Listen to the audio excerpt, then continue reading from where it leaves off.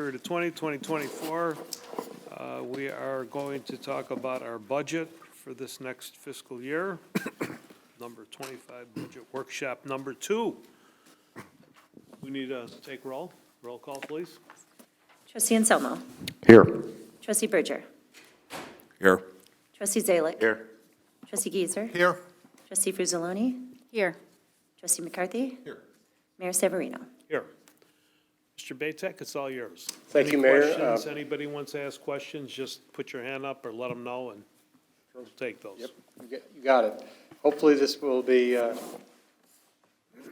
abbreviated version of last time, we'll call it. Tonight, we're just rounding out our discussion of the general fund budget for fiscal year 2025, which begins on May 1st. I'll begin with a very brief recap of the fund's overall position that we discussed at our February 5th workshop meeting, and then bring you up to speed on a few changes that we made since that time. And then we'll move on to the main event this evening, which includes a review of individual department budgets that make up our general fund. Each department manager is prepared to present some highlights of the most relevant programs and initiatives for the coming year. And with that, we'll get underway. Again, this is just a very high-level budget snapshot, a comparison of revenues and expenditures between the approved current year budget and the proposed budget for fiscal 2025. Looking at the revenue side and at total revenues, since our February 5th workshop, I did tweak down our total revenue projections, specifically the sales tax projection, by an additional $193,000 to reflect a particularly poor February performance, which was not known at the time of our February 5th meeting.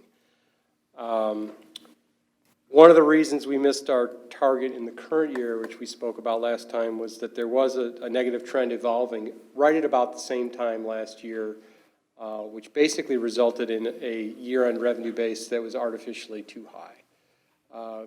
So I want to try to avoid the situation as we enter into fiscal 25 by starting the same way, keeping our base revenues down to a more reasonable level, so we're not playing catch-up really from the opening bell for May 1st. So I'm just trying to be a little bit more conservative this year, trying to make sure that we're doing everything we can to meet the targets that we're laying forth for you. In terms of total revenues, fiscal 25 is about 3% lower in total revenues than the current year budget.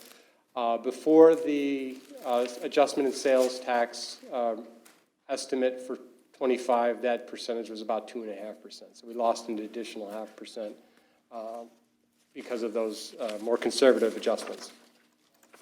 The next two slides are just graphs I pretty much toss up every year. It just kind of gives the reader or the viewer at home a bit of context in terms of where money is allocated in our general fund budget. And this particular graph is by type. I've said year in and year out, about 75% of every dollar is a personnel dollar. This year's it's about 72%, a little bit lower than usual. And I did comment about how we've gone through kind of a cycling out. We've had some major retirements over the last year in terms of resetting the organization chart. We're at a little bit lower percentage of the total budget. And now that we're doing a lot of our vehicle purchases and whatnot out of a separate equipment replacement fund, the sliver that's only 2% of capital is a very small component where it used to be a little bit larger when we purchased those vehicles directly in the fund.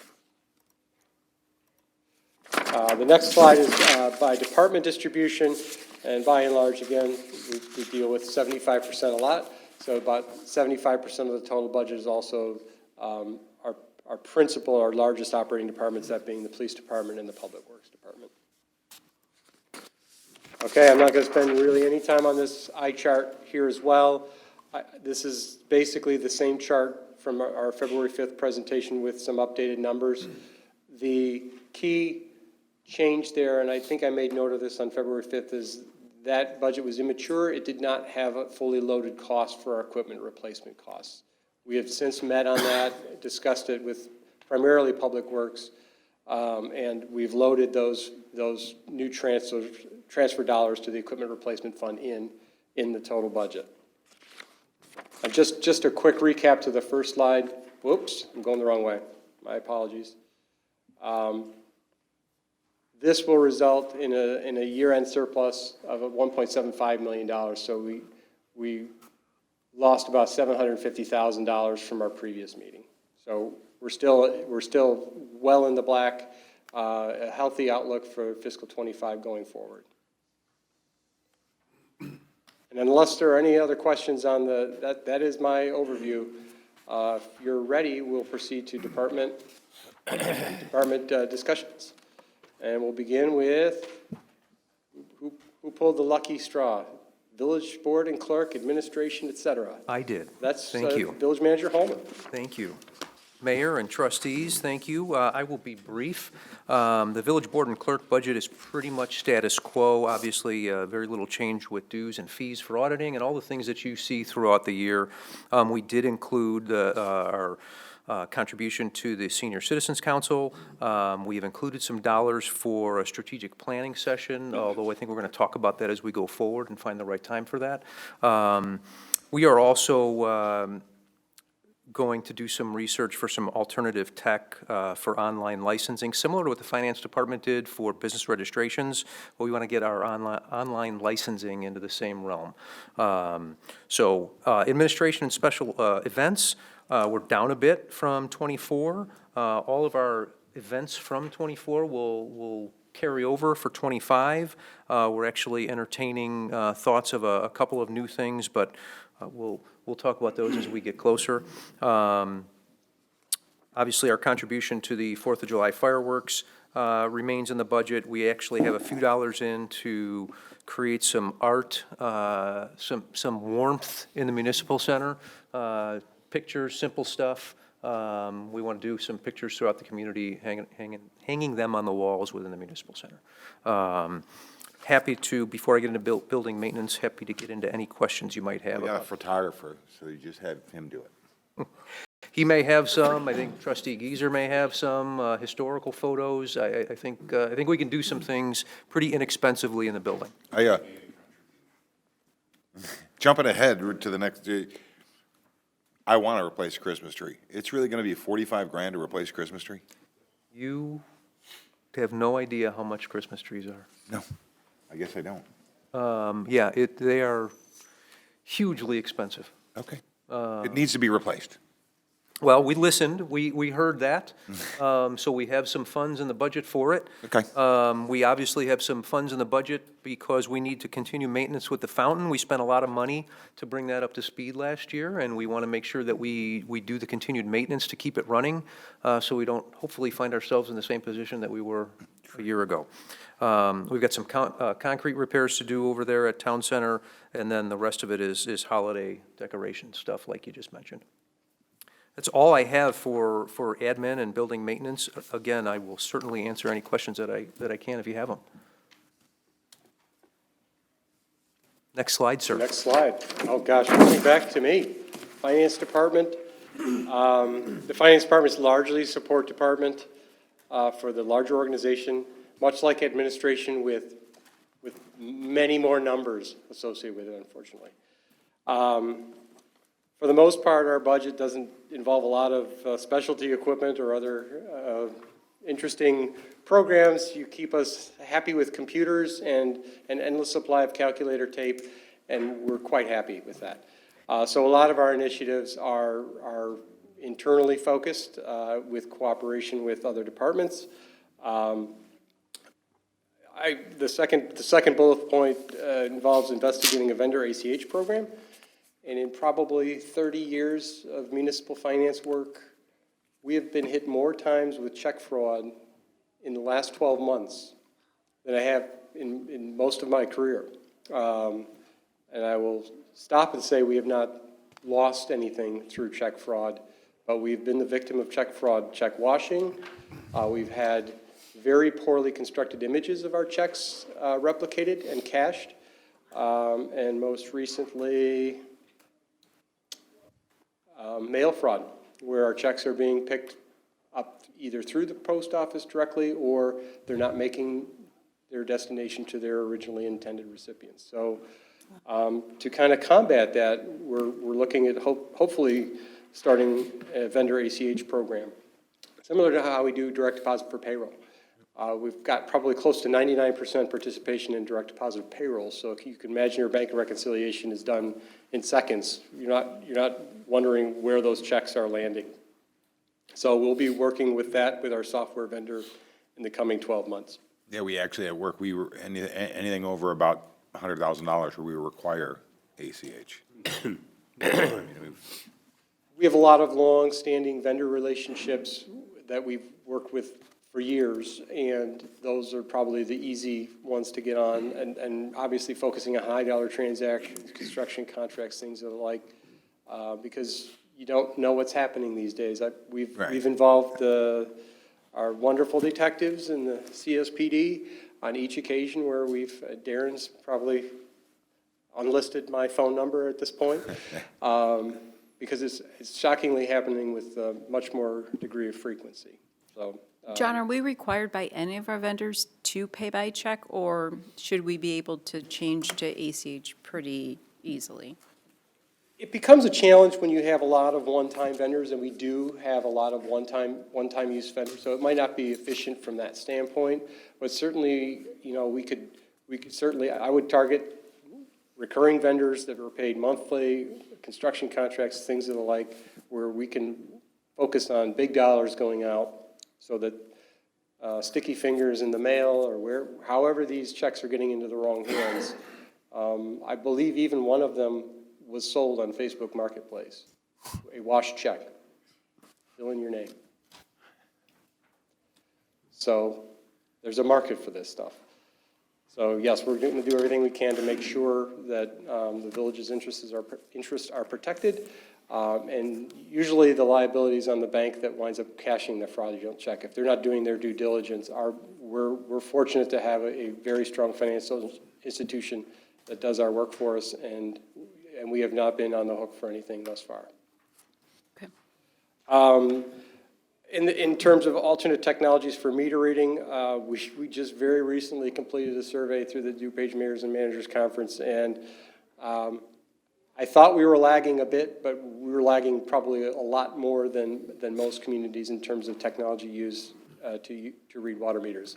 Almost all of the communities responding, but a handful are reading off of water towers in much more automated fashion. We're currently doing the drive-by, so it takes about a day to read the village, and we take radio equipment that's mounted on a car, and we zip through town and collect all the water meter readings. And as you know, we had a recent fail, which required estimated bills, so when we have equipment failures, that may be a good backup for us, but we think it's probably time to start getting closer to where the other towns are completing their readings.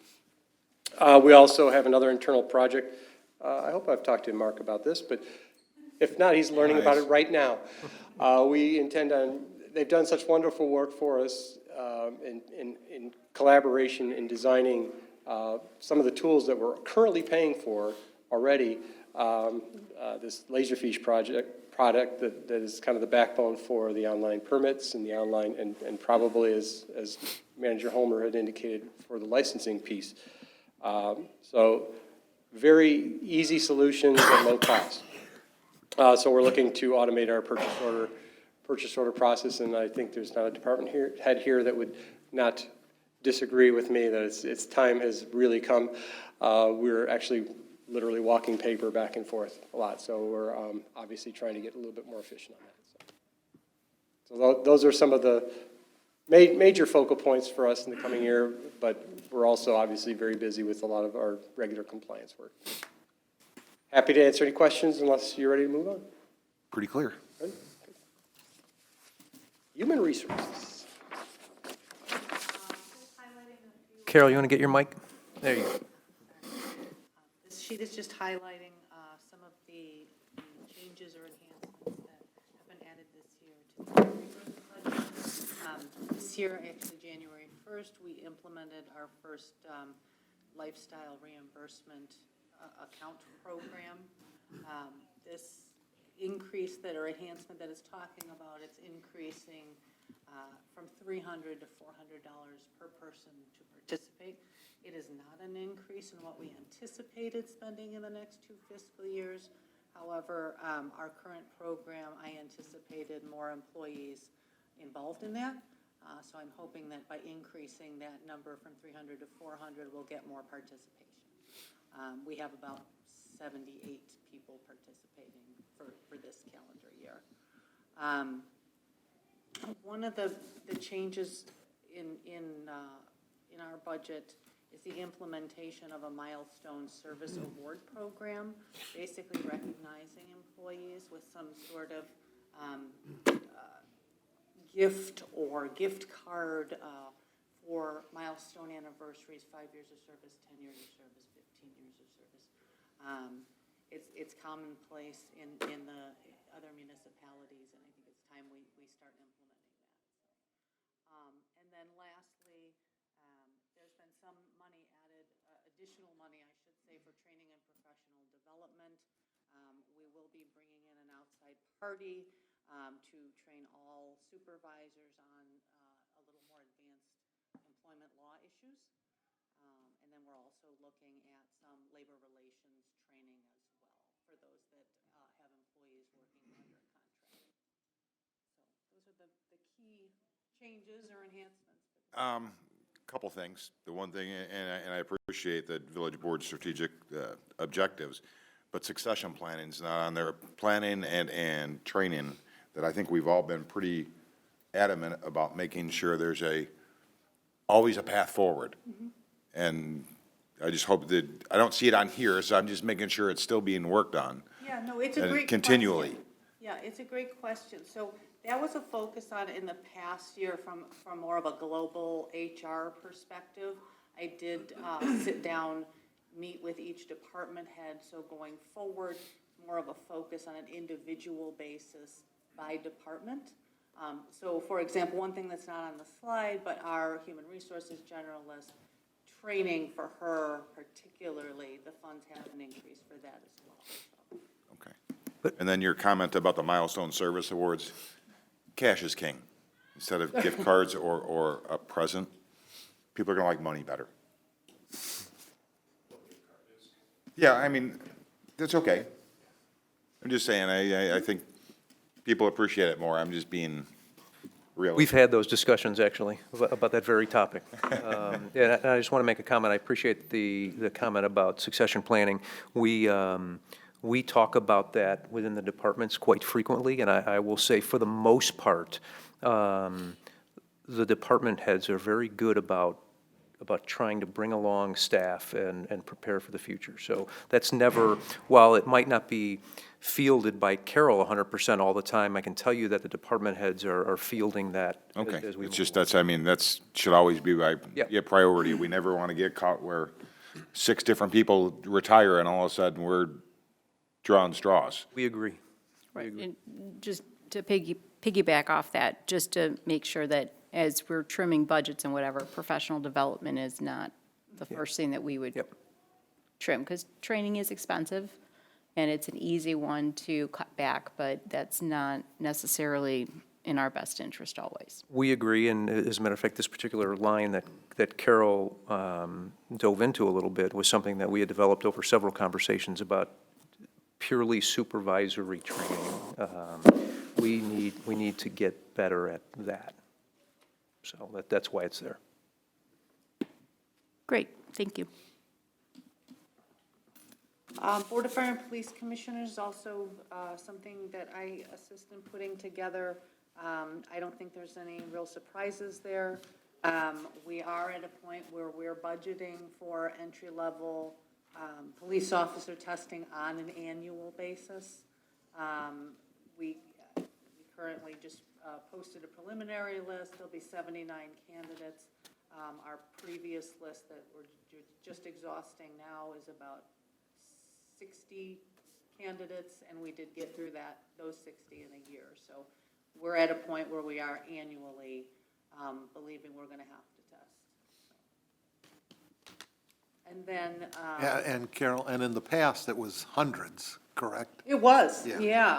yeah. A decade ago, maybe a little more than a decade ago, we might get over 500 applications. Yeah, well, I remember when I sat on the Police and Fire Commission, though, the testing was quite lengthy.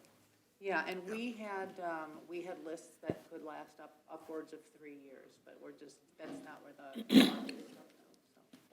And then the other thing in this is the finalization of the promotional testing and feedback procedure. So every 3 years, we do promotional testing for the position of sergeant.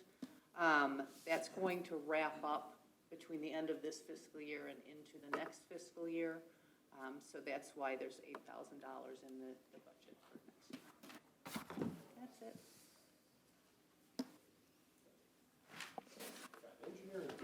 it. Evening, Mayor and trustees. A couple engineering services highlights, and if you have any questions at any point, just don't hesitate to interrupt me, and I'll try and answer your questions. Basically, we're slightly more than last year, 2.5%. Wages were up about 4%, but kind of offset by our contractual services, down 11%. So pretty much, like you say, status quo for the year for our overall salary and wages budget. We are adding an account for software maintenance. It's something we talked to IT about for software that only engineering uses. So we'll keep that account, and it's called PC Swim, and it's personal computer stormwater management and modeling. And it is going to allow us to get an Army Corps of Engineers grant, which we have currently going, and that will be able to potentially actively manage detention basins. So if we have a big storm going, we can basically throttle them back or release them so that it controls potentially damaging floods. And at least that's the idea. We'll see how the software works. That we will talk about more in the capital improvements presentation as the next one, which is the pavement condition index study we just had done from a company called Good Roads. They used artificial intelligence to use photography to take a look at our roads, and we're in really good condition as far as our roads go. So that will also be discussed in further detail at the capital improvements presentation. The floodplain buyout properties, we are taking some of those off of Public Works' hands, and we'll be doing that through our contract with the pond and stream contractor. And it should be noted that in the future, like FY27, this is going to increase as we assume the maintenance responsibility for all these projects that we're doing for the stream bank stabilization. We don't want to do all that work and then obviously let them go fallow. Some of the initiatives that we have for 25 include completion of this water system model that we're working with Public Works on to get better water quality in some areas of town where chlorine residuals are a little bit lower than we'd like. And it also will be able to tell us if we can do that through water main replacement projects. Perhaps we go from an 8-inch to a 6-inch or an 8-inch to a 10-inch in order to get better flow or throttle it back. So there will potentially be some water main replacement projects that come out of that study as well. And then lastly, we're always continuing to look for grants to offset, costs in the Capital Projects Fund. We just got one from the Department of Economic Opportunity for $375,000. We'll probably apply that to some of the bike path projects that we have, our proportionate share. So with that, any questions? Just keep getting grants. Find them grants. Keep working at it. You guys do an awesome job at that, by the way. Thank you. I do have a question, speaking of grants. Will grants be and again, not just for your department, grants in general, will they be drying up as all the pandemic funds start disappearing? Or will it just go back to what it was 5 years ago? They're not really related. Okay. I mean, there's still grant funding out there. It's a matter of whether the project qualifies, and it depends. Are you talking police engineering or where? But there is grant funding Normal still out funding, there. normal grants is, okay. Yeah, I'd say the normal grant funding will kind of go back to what it was pre-pandemic, and you won't have all this additional funding that they're kind of throwing at us. I think what you're gonna see go away is like money to the food banks, that they just come up with another $1 million. I mean, and it's ARPA money. They're saying they're out. Yep, They're- it's all gonna dry out, that will dry out. Eventually will go away. And after everybody got everything, there won't be any more, and that'll be interesting. Thanks, Bill.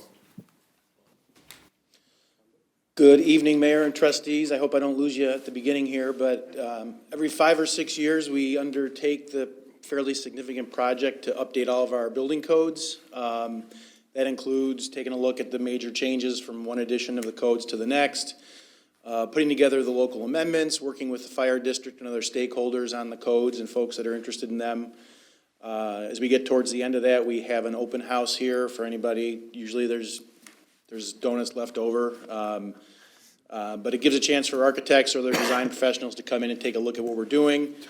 And that all culminates with Village Board adoption of the new codes, hopefully right around the time we get to the end of the coming fiscal year. So that's a fairly significant project we have coming up. Working with Choose DuPage, we're looking to get a business retention program off the ground and developed. They do offer some assistance with that, so that's something we have planned for the coming fiscal year. We are going to also continue to try to be active and proactive with some additional annexations. We've got some things going on right now that are pretty exciting, and so we're going to continue looking for those opportunities to annex properties along our boundaries. And so we do kind of have a plug-in number of 28,000 that would give us an incentive to kind of put down. Anytime we would use that, it would come with village board approval first, but that just kind of gives us something in the budget to have. We've done that in the past and have used it on occasion. Similar to what we've done, we've had pretty good success with online building permit submittals and payment and everything. If people don't want to come in here at all, they don't need to anymore. And so we're looking to do something similar, really working with IT. Mark, did we talk about this? Just basically build on that same infrastructure we set up for building permits. If somebody wants to apply for like the project that was here tonight on Kehoe, they could make that submittal and pay for their application fees all online. Currently, they can't do that, but we think we have the system set up to transfer that right in. And then lastly, we are going to continue with our seasonal property maintenance inspector program, but we're working towards bringing that in-house. I know the village manager, Homer, checked with you folks, and with your support, we have actually just begun recruiting and have a couple of applications already, so that's good. We just think we can maybe, we think there's some benefits to moving that into an in-house position and ending that GovHR relationship. So looking forward to working with Carol on the recruitment and getting some interviews going here, and hopefully be able to hit the ground running May 1st with somebody new in that spot. So, article in the paper today was very, very, very, I mean, on the Trine property. Yeah. I loved reading stuff like that, how good yous were to work with and what a great. Yeah, that was a good It article. was Yeah, a those lot are of the kind people, things that we strive for. yep. And to see that in the paper in a big article, we usually don't get big articles like that, especially where we get complimented, but that company was overwhelmed with the way you's handled everything, the way it should be handled, so. A lot of people get credit for that, but I did print that out. I'm going to hang it on the fridge at home. I was surprised you should have said something tonight about it. I got to toot your horn for you and your people. Thank you for what you do, believe me. Sure, you're welcome. Especially considering that was one that was a done deal through the county, and they had to jump through some extra hoops to annex in, so to get an attaboy in the paper from that is even more. More than an attaboy, I got to tell you, it's an article that I would make sure that we keep in the archives when you do your next Presentations. Get everybody together that wants to build something, that's nice to see that. That was the goal, and you've achieved that. so. Next. IT. Now, did Mark come back in the room, or was I going to hand it yours? Take it away, Mark. Oh, thank you. Good evening, Mayor and trustees. The first item of note, and I want to make sure that you feel comfortable interrupting at any point, ask any questions that you have, because, this might, you might have some questions on some of these items, and I want to make sure that I give you all the time you need for me to explain it. The computer replacements, I'm going to liken this to what you probably experienced at home. Microsoft had a longstanding operating system that was Windows 10. They recently had released Windows 11, and they automatically started updating individuals' computers, home computers, business computers, unless you've disabled that. You might have at some point had your home computer suddenly change, and you're scratching your head trying to understand why. It was Microsoft had pushed out a new operating system to your computer. Here, we don't allow those types of automatic updates. We disabled it, and we wanted to take a more controlled approach. But as we started going through evaluating our systems to understand what was necessary in order to complete this upgrade, we found that several of our computers, as a matter of fact, almost all of them, were not compatible with Windows 11, which means we need to replace them all, in the neighborhood of about 110 computers. We're going to start this year, and we're going to finish next year. So we intend to do about half this year, and then the second half in the next fiscal year. The deadline for this update, what happens on, you might notice the first bullet there talks a little bit about Windows 10 version 22H2, and the support date, October 14th of 2025. At that point, no longer will Microsoft support the Windows 10 operating system. So if we are looking to maintain systems with critical updates and security updates, we would have to be on Windows 11. I believe we have plenty of time to get ourselves on the track of a computer update prior to that deadline. The second item of note is the email archiving solution. As one of IT's responsibilities, we focus on cybersecurity. One of those is making sure that we understand what type of data is entering and leaving our environment. One of the things that we found is an opportunity to improve the sharing in a secured way of personally identifiable information.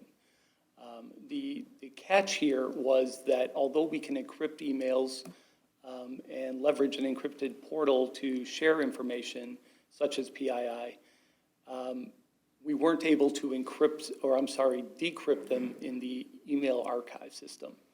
The funds that have been requested for this line are to purchase a new updated email archiving solution, which will allow us to fully decrypt encrypted emails.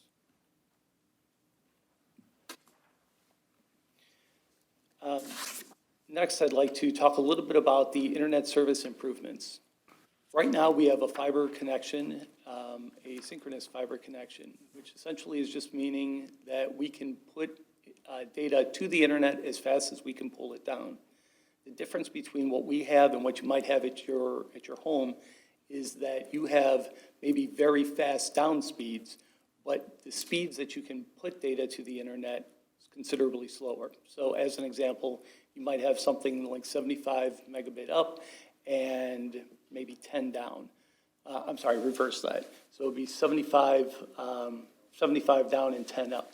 The problem with that is that we have several servers here that we are providing services to the community.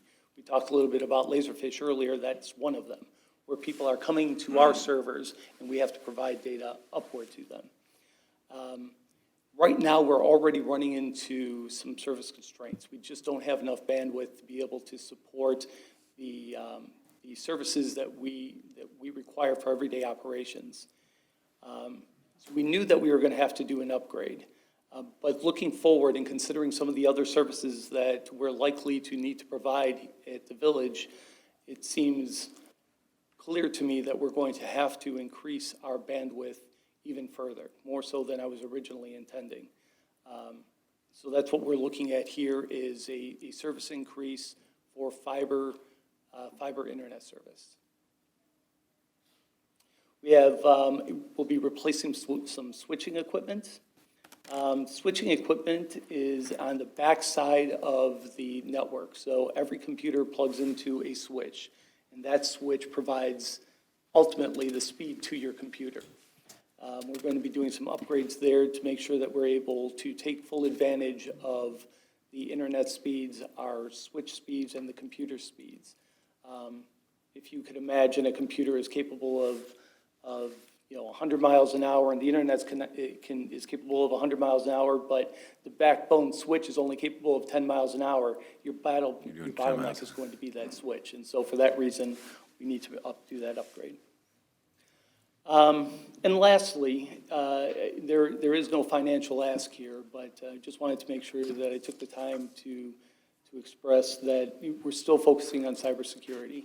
We have a lot of tools in place. At this point, it's just about finding out how to best use the tools that we have, implementing processes and refining our current processes, and learning as much about the existing technology as we can.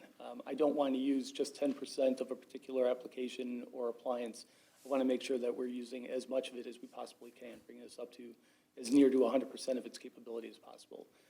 So another emphasis will be cybersecurity in this upcoming year.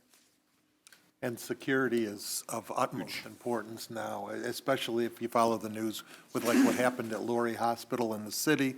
I think they might still be in some parts down. Right. So, I mean, that's weeks. That tells you the kind of people they're dealing with. Those kids that were scheduled for operations couldn't even get them. Exactly. That's brutal. Mark, the aging equipment that you're replacing, do we have recycling it, or are we keeping it for parts? I don't want to recycle it. Here's the problem, and there's plenty of articles online about this. As a matter of fact, I had shared some of this information with John not too long ago.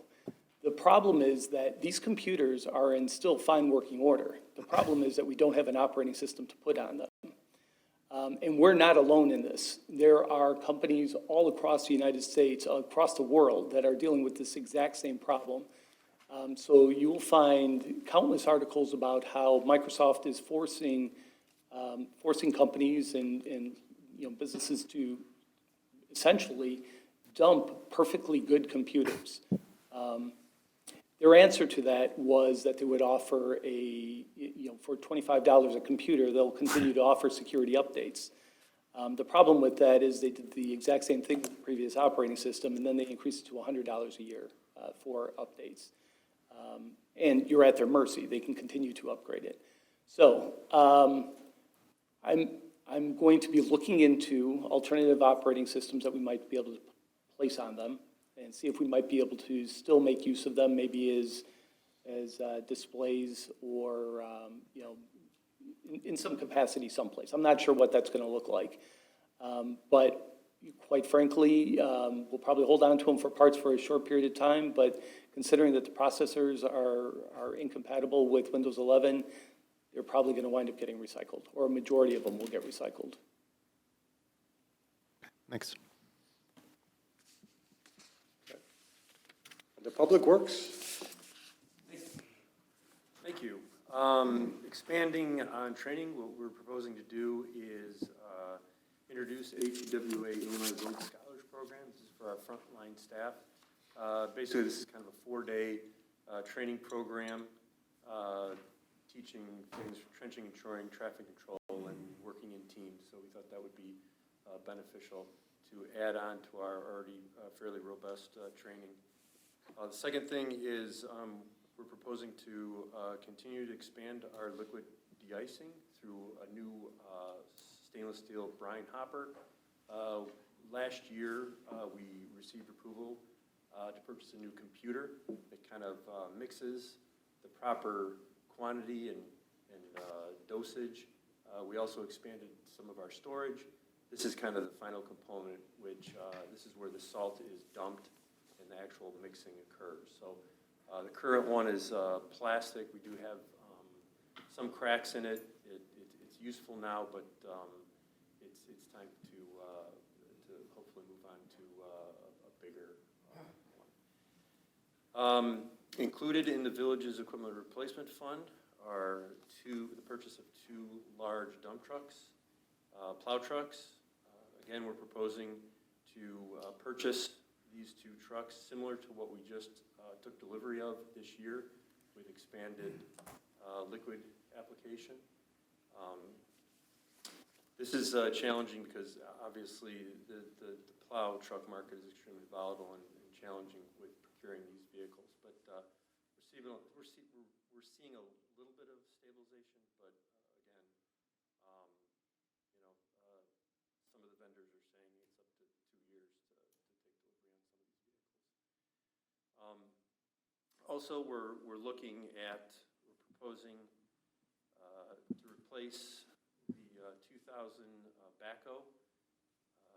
This unit is integral in landscaping. Obviously, the street department uses this fairly heavily. So again, it's beyond its useful life. We're looking to replace that as well.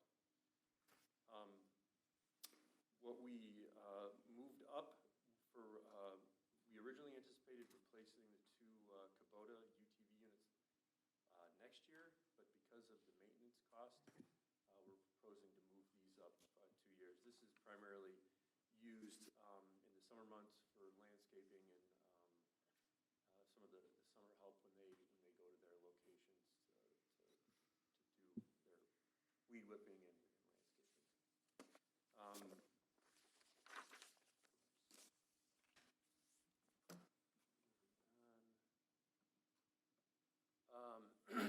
The next thing we're proposing is kind of a nice thing that was introduced by some of the street division staff. They thought it would be neat to line the parade route with flags. So we thought this was a great idea. So most of this cost is just involved with the banded brackets that will be put on the street lights.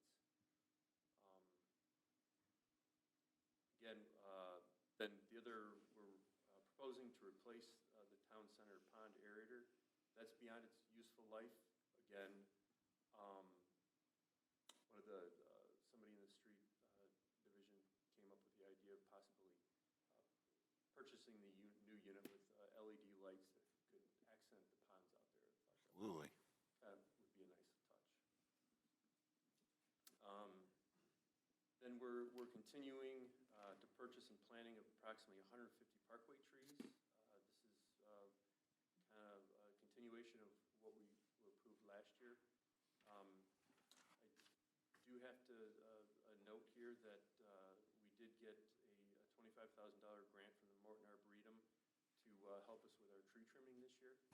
So I think that'll be a nice addition or help to with that expenditure.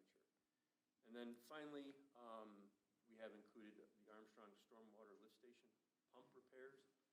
This stormwater station, pumps are beyond, wouldn't be used a lot, but the pumps are beyond their useful life. So we thought it would be important to take a look at those, put money in the budget in case those need repair. I do have to note that we will be working very closely with engineering, with their stormwater modeling. Based on the results of that, this station actually might disappear. So if that's the case, obviously we wouldn't be spending the money for repairing the pumps. That is all for Public Works. I'm happy to answer any questions you may have. Stop spending so much money on vehicles. I'm just kidding. All right, rounding out the evening, we've got the police department. Chief. All right, good evening. Thank you, John. Mayor, the board, some of the programs that we're looking to implement for the upcoming fiscal year, I have 2 slides for your consideration. The first one is a complete switchover from our current in-car camera, body-worn camera program to a different vendor. So I'll hit upon this. This is the largest ticket item within our budget to explain some of the reasoning behind it. So as you may originally know, that we've been using the WatchGuard system through Motorola for a considerable amount of time. The in-car camera system that we were happy with, when we explored deploying body-worn camera 3 years ahead of schedule that was required through the Safety Act, we went with WatchGuard. So as we've had the body-worn camera system, this has led to more recordings in an in-car camera video, as well as more needs for redactions, FOIA requests, things of such nature. We have come across a multitude of concerns from an operational standpoint. The battery life of the camera is woefully unacceptable. The process in which a battery from a WatchGuard body-worn camera is either it's docked within the system in the police department or it's attached to a tether of sorts from the squad car. The tether is a trickle charge. It pretty much just maintains the life of the current status of that battery life. The docking within the station is where it gets a better charge. However, most officers aren't in the station. We prefer them not to be in the station, and we also would not want the body-worn cameras to be removed from their chest for the fact that human nature comes in, you're more than likely to forget it. We also have had issues with the equipment itself, breakage with the clips. Our past predecessors were, he was very technically savvy, was able to make corrections. We lost that skill set when he left. So two of the administrative issues that we came across with WatchGuard is, one, a poor customer service.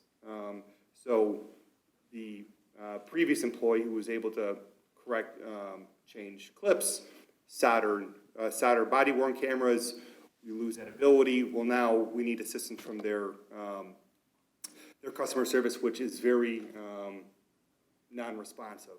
And most importantly, from a redaction software standpoint, WatchGuard is extremely, extremely poor. For perfect example, the current WatchGuard redaction software that our forensic analysis uses takes about 8 hours to redact 6 minutes of body-worn camera footage. So from a critical incident standpoint, the ability to answer a FOIA request and deliver video in that manner that needs to be is extremely long. So we started looking at different body-worn camera programs. WatchGuard, Axon, Geotech, and iPro were the four that we mainly focused on. Axon has been the upper echelon of body-worn cameras. It was hard-pressed to find anyone that said anything negative about the system. We're 30 days into a 90-day trial program with Axon. We have 4 of our officers with the Vedic group wearing their body-worn camera 3, which then is able to have the recordings, compare the redaction software, comparing the evidence system in which it's housed. It's night and day. To be fair, we wanted to get to the newer model of the WatchGuard body-worn camera. They have not responded to us. They have not sent over the newer camera. One of the issues is that one of the newer cameras that they have has a battery that can switch in and out with a camera like a radio, but we haven't been able to get that product in hand. So from our current information, as well as reaching out to several other agencies of our size that have deployed, that have done similar studies, Axon is the far superior group.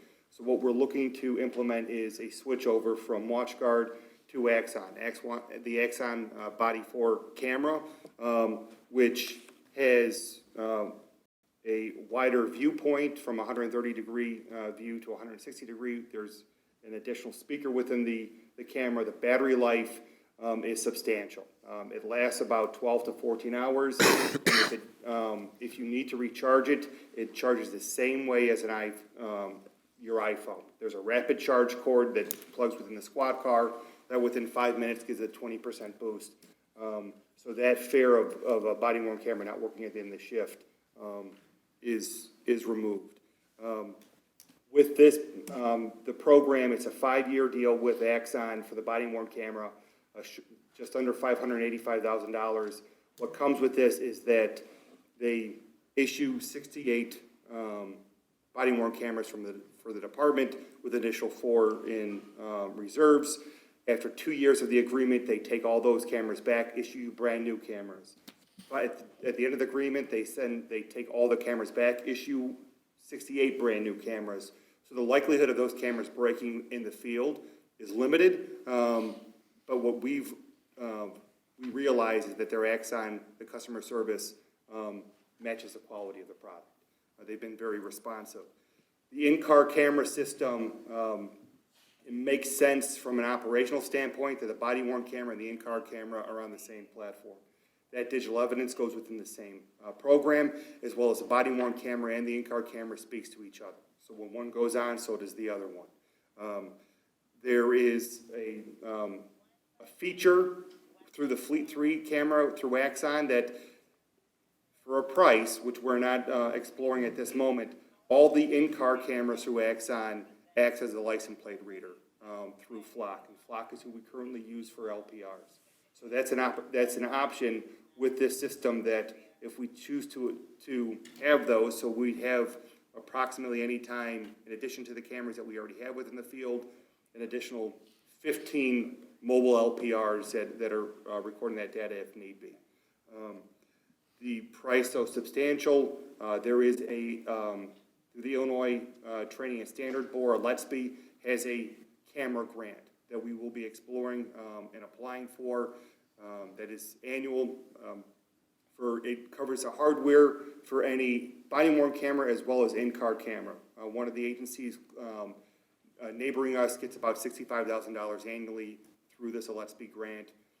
The primary request through the grant is data collection, which we already know that internally we have that ability through record staff to maintain the desire from that grant.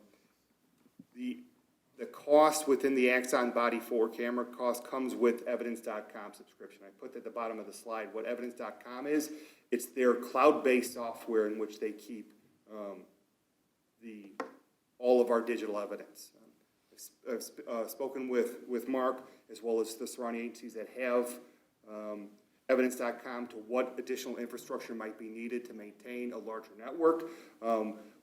So we would move from an on-premise type software to a cloud-based program. It has met all the safety requirements that is needed. The benefit to Evidence.com is that it's not just, it's a user-friendly program, but the DuPage County State's Attorney's Office has a subscription to Evidence.com. So now when an incident happens within the field, an officer can upload their body-worn camera, send it right to the DuPage County State's Attorney's Office. They can review when it comes to charging or assessing the appropriate charges. Currently, with our system is we can only describe what would occur. We've realized that a lot of assistant state's attorneys within the felony screening division likes to see it now because they have that opportunity, and we've been denied felonies based off of getting that evidence to them. So we can be more current with the information that we have. There's also different additional features within Axon Body 4 that we'd be deploying. One of them is their Pro Responder Plus, which is a Wi-Fi upload, which is beneficial to our SROs within the school. Currently, the way that they unload any type of recordings with their body-worn cameras coming back to the station, upload that video so it can be reviewed. It's timely, and it also removes them from what their required position within the school is needed. It also allows, from a command staff perspective, if there is an incident that is occurring, we can tap into that to an activated body-worn camera.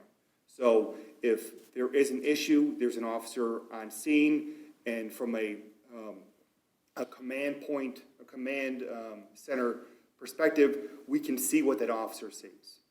That is a technology that Axon has that our current WatchGuard system doesn't have.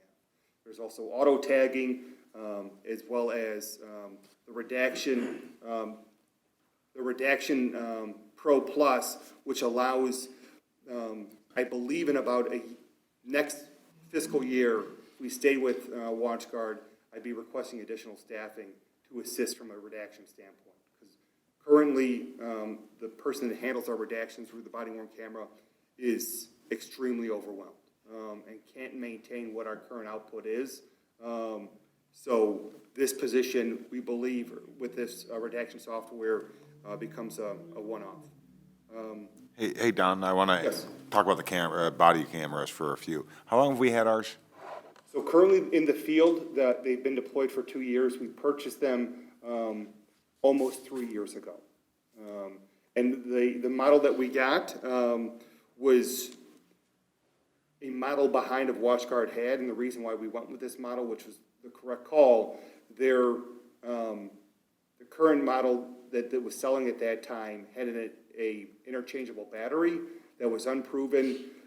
It was hard to take out, hard to put in. Once you put that new camera, that new battery in, it would have to upload, and a body-worn camera isn't something that you don't want active.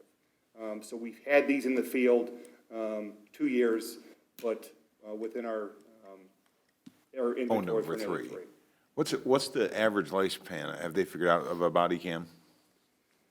Is it 3 years? Is it 5? It depends on the camera itself as well, in what we've seen as the user. The officers in the field, a lot of the issues that we've seen where a camera goes down has been either with the inability to upload a camera or something on the clip breaking, which then makes the camera unusable. I think a good read on that, though, I'm pretty sure I heard you say that in 2 years with the Axon program, they replace with new ones and then do it again in another 2 years. So that kind of tells me with Axon that they may be looking at around a 2 to 3 year life cycle. Correct. That's how I read it. And it's, I just don't have to spend a lot of money and then in a couple of years be talking about it again, saying, well, this really didn't. And that 2 years probably has a lot to do with the battery life. Yeah. it has to do with the battery life as well as. Wear and tear. Within the field, right, it's being worn through all elements, and the nice thing about that interchangeable feature is that they're not waiting for something to break. Even though they give us 4 currently, so if one should break, 4 You've got spares some. can be switched out. From the other departments that utilize Axon, their response is about 1 to 2 days for a new camera to be, the broken one to be shipped, the new one come right back in. And that falls within the 5-year warranty of the program. Okay. And then the only other question I had on that first page is, Mark, you're comfortable with cloud-based evidence storage from a security standpoint? Yeah, absolutely. This is not some fly-by-night company. Axon is a well-respected company that does evidence for many, many police departments. I've checked out what they do, and they are one of the best, if not the best. Leader in the industry. And if the other agencies have access to that cloud-based to make things, investigations more smooth, I think that's a win-win. Absolutely. Don, I just have one question for you. You said that currently we've got a couple of officers that are testing, did you say 3 or 4 officers? We have 4 officers currently, 3 assigned to our traffic unit, 1 assigned to patrol, that are outfitted with an Axon Body 3 camera. So it's actually a step below the ones that we would be purchasing. Okay, and what is the timeline for then, like, wrapping up the test portion of that and rolling out then into the new Body 4 model? Absolutely. So what we currently are looking to wrap up now from an audio standpoint, from an officer, from that operation standpoint, I think we've collected everything that we needed to collect. We've been able to compare Axon body-worn camera video to WatchGuard body-worn camera video. Now, a rep from Axon was going to be coming in last week to help train us from a redaction standpoint. And they're flying this individual in from the East Coast for a trial period without anything being purchased, so we can fully grasp what they're doing. We've had to push back that trial period. However, they've been kind enough to give us a subscription to their redaction program currently, so we can upload WatchGuard camera videos to that program to redact, and that's where from a real-time view between the 2 redaction softwares, 8 hours for 6 minutes of redaction through WatchGuard. It took our staff 1 hour to redact that same amount of video through Axon. Big difference. That is a big difference. So what's the timing then to roll out, once you understand the software and people get trained? I mean, are we looking at like May 1st, when the new budget year starts, we're gonna roll it out? What's the timeframe for actually implementing the rollout? Absolutely. So from the Axon Body 4, they believe that, all the conversations I've had with them was for fiscal year '25, so it would be for May 1. That deadline they can make. The Fleet 3 in-car cameras, they bring their own staff in and install all of our cameras for us. Wow. And allow our outfitters to come in to learn how to do it. They don't expect them to go through their training to be certified as an Axon installer. They'll do a full install of all of our in-car cameras, and then teach whoever wants to, as well as someone from the garage. They're pretty flexible in showing how those cameras can be uploaded. One of the other factors within this, the Axon, is an upgrade to the TASER 10, which is, we currently have a TASER 7 program through a less lethal option. The TASER 10 gives the officer more opportunity to deploy a TASER. Currently, a TASER 10 deployment allows an officer 2 prongs to deploy a TASER. One at a short range area where both prongs come on with the same time. It's a wider spread, so you can split the belt as it's described. So you have wider spread, so the shock is more effective. A long range, which is at 25 feet, has a narrower spread. What we've come across is that with human factor as well as elements and clothing, depending on the year, those 2 prongs or those 2 opportunities, we have a low likelihood of success. These TASER 10s that they've just developed now has 10 separate prongs. And they're from 45 feet out, whether you're 2 feet out or 45 feet out. They allow the officer to shoot each prong at a different placement rather than both coming at the same time, which makes the TASER more effective from a less lethal standpoint. It gives that officer, if you, instead of just twice, now switching to a different system, you still have 8 more opportunities to do it. From Axon, they wanted to make TASER 10s and TASER 7 in 2023 to be a little bit more comparable when it comes to cost. So through a non-appropriation agreement, they allowed us to lock in the price at 2023, depending on how the financial planning came for this upcoming year, as well as take advantage of their Axon grant, which we did. We applied for and got, which reduced the price to what it currently is, as well as a buyback of all of our current TASERs. In addition to that, there's an ILEAS grant for departments that have their use of force program certified through the Illinois Association of Chiefs of Police, which we have been. Our program just expired. We've resubmitted our example that's already made it through our program through the assessor.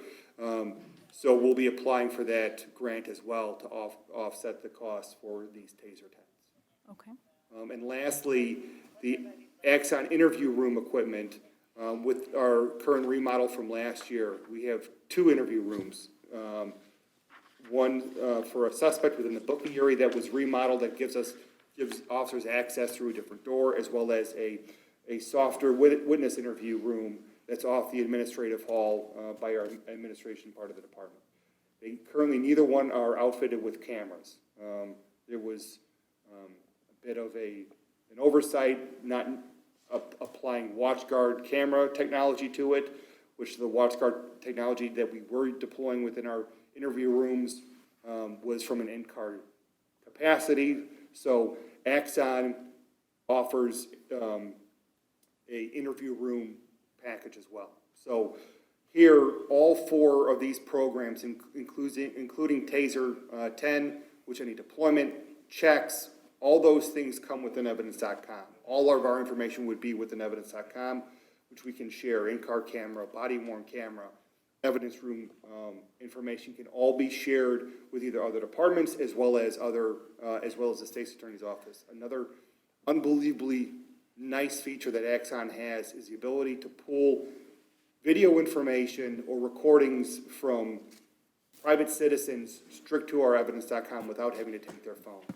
Simply generate a QR code, a person can scan that, send their video right to evidence.com. So a lot of individuals are reluctant to give police their phones, which completely understand.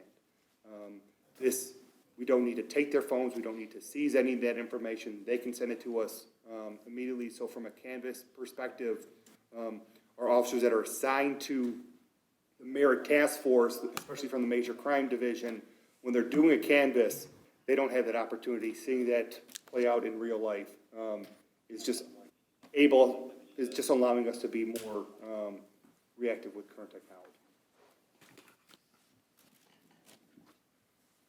So that covers a lot of the primary reason for a switch over to Axon, to the Axon platform. A couple of the other programs that we're looking to implement, a drone program. Currently, the cost of the village is going to be minimal. We were reluctant to implement our own our own drone program from a factor to see how Merit's drone program would work. That's another asset within Merit. We've realized several issues, one being the response time was very limited. There's only a certain number of officers within Merit. The cameras are kept within other departments within DuPage County, so their response time would always come to a point that it was that the situation itself already resolved itself. We would be looking to start off our program with identifying four pilots. The training that you see there of a little under $2,200 would cost for the certification as well as the licensing. The drones themselves will be purchased through C's funds. So we're not looking for funds from the general fund to pay for these. Prepare yourself. Axon has the ability to put cameras within drones, so that information can be recorded and sent right to evidence.com. So the applications through drones is now with the change of the law that occurred just before July 4th of this past year, allows us the application to use it not just from a law enforcement standpoint, but from a community caretaking standpoint. We can have drones from Thursday night concerts, 4th of July events, assisting with public works, whatever those things might be, we have that ability. 4 pilots, the thought is that we have one on each patrol shift, so we should have one working at a time. The drones, the cameras have the ability for flares, from a missing person standpoint. Again, is a technology that could better the department as well as the village as a whole, with minimal cost to us. We're looking to add one additional Flock license plate reader we currently have 6. It's a subscription-based cost. The additional camera, we are looking to utilize that near the intersection of North and County Farm Road, as well as reallocating where our current camera is to a more strategic position. So our north-south points of egress and ingress through the village will all be covered with an LPR. Flock also allows us to work with surrounding agencies, Wheaton being one of them. With the placement of our cameras and the Wheaton cameras, we have all roadways, all lanes of traffic near Geneva and Main Street or Schmale covered with LPRs because of our collaboration. Working with Glendale Heights as well as DuPage County. We don't need to just buy more, we just need to place our cameras in a better alignment with what other current agencies have. That Flock Safety Advanced Search is an annual cost that allows our investigators and our patrol officers to access LPRs across the country. So with our collaboration with other departments, we can now access their data from an investigative standpoint, which we already started monitoring successes from these programs in that short amount of time has been substantial. And lastly, rifle-rated panels. Prior to our former chief, we purchased rifle-rated plates when Director Schmidt was here. The plates themselves are made out of steel, extremely heavy, about... What is a rifle plate? A rifle plate is our current ballistic vest is rated for a handgun. Okay. That wouldn't stop a rifle round. So a rifle plate itself is heavier larger. The current ones that we have is just under 8 pounds per panel. When we bought them, they're currently within each of our squad cars, and they are one size fits all, and that one size is mainly meant for people that are my size. So they're not used frequently. Current rifle plates, the program that we're looking to implement is that they'd be fitted to each individual officer and assigned to them. The weight of the plate has also come down considerably to just over 4 pounds, which makes the plate itself much more manageable to use.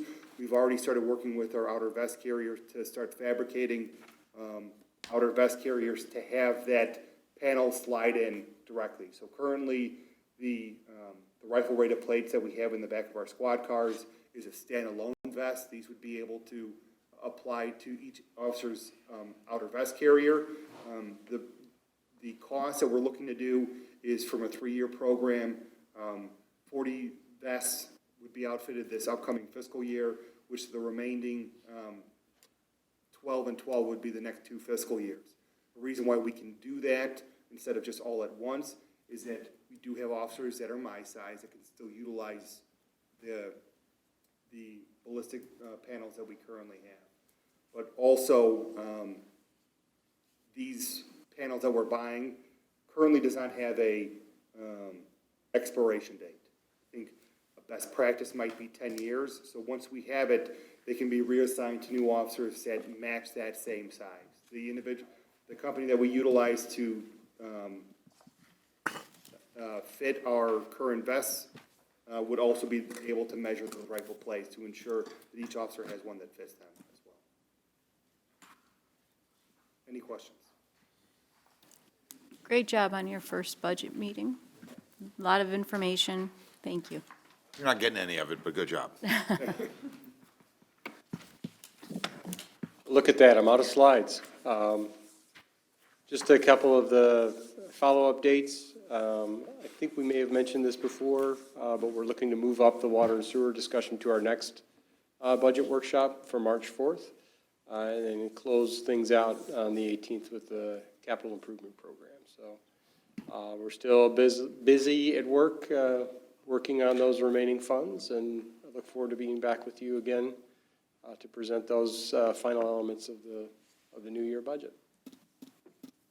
Anything else we can help with on the general fund at this point, or feeling pretty good about it? No, well done. Well done, thank you. Very nice. Mr. Thomas, do you have something? Did you? Sir, I just came to see what's going on. Just hanging out. Always welcome, believe me. Thank you for being here. Nice job, John, and all the department heads that put the budgets together. Thank you. Makes everybody's life a lot easier. We've got the money, we'll spend it for the right reason, so thank you. Motion to adjourn? So moved. Second. Moved by trustee McCarthy, seconded by trustee. Everybody. Anselmo. Clerk, call the roll, please. Trustee Anselmo. Aye. Trustee Bridger. Aye. Trustee Zalick. Aye. Trustee Giesers. Aye. Trustee Frusaloni. Aye. Trustee McCarthy. Aye. You do that.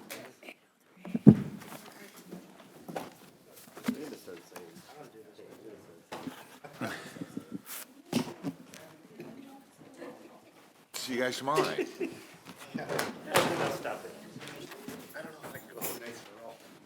I tempted after tonight to get there, but Yeah, I know, but yeah, I gotta give the liver a rest. I gotta sleep a little bit too. I don't want to just go home and just start. Twitch? Yeah, it was driving me up a wall. It was driving me insane. You know, people. We gotta be careful to ask that. Under- When people are under stressful or pressure situations.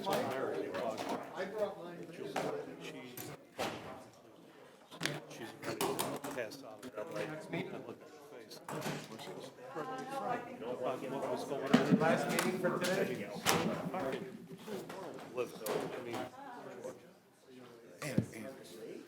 What's frustrating is, all we're saying is, there's an investigation going on. We're not gonna do anything to F that up, no matter how it turns out. Huh? Well, concert's gonna be fun. Yeah, she's gonna win. Sam Hunt. Where? Roseland. That'll be fun. But yeah, she's wearing that. We're the same one. Well. mic off. Hot mic, hot mic. Hot mic.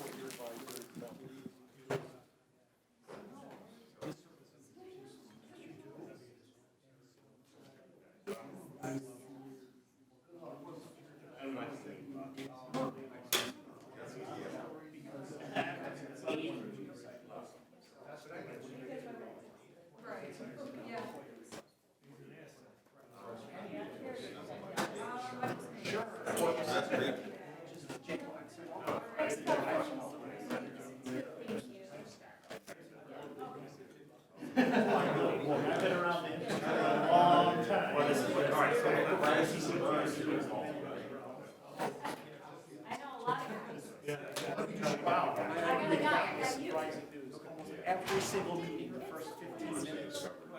The first 15 minutes of every meeting was, oh my God, what's happening, Mr. Mayor? I was at the parade. Yeah, I was thinking video.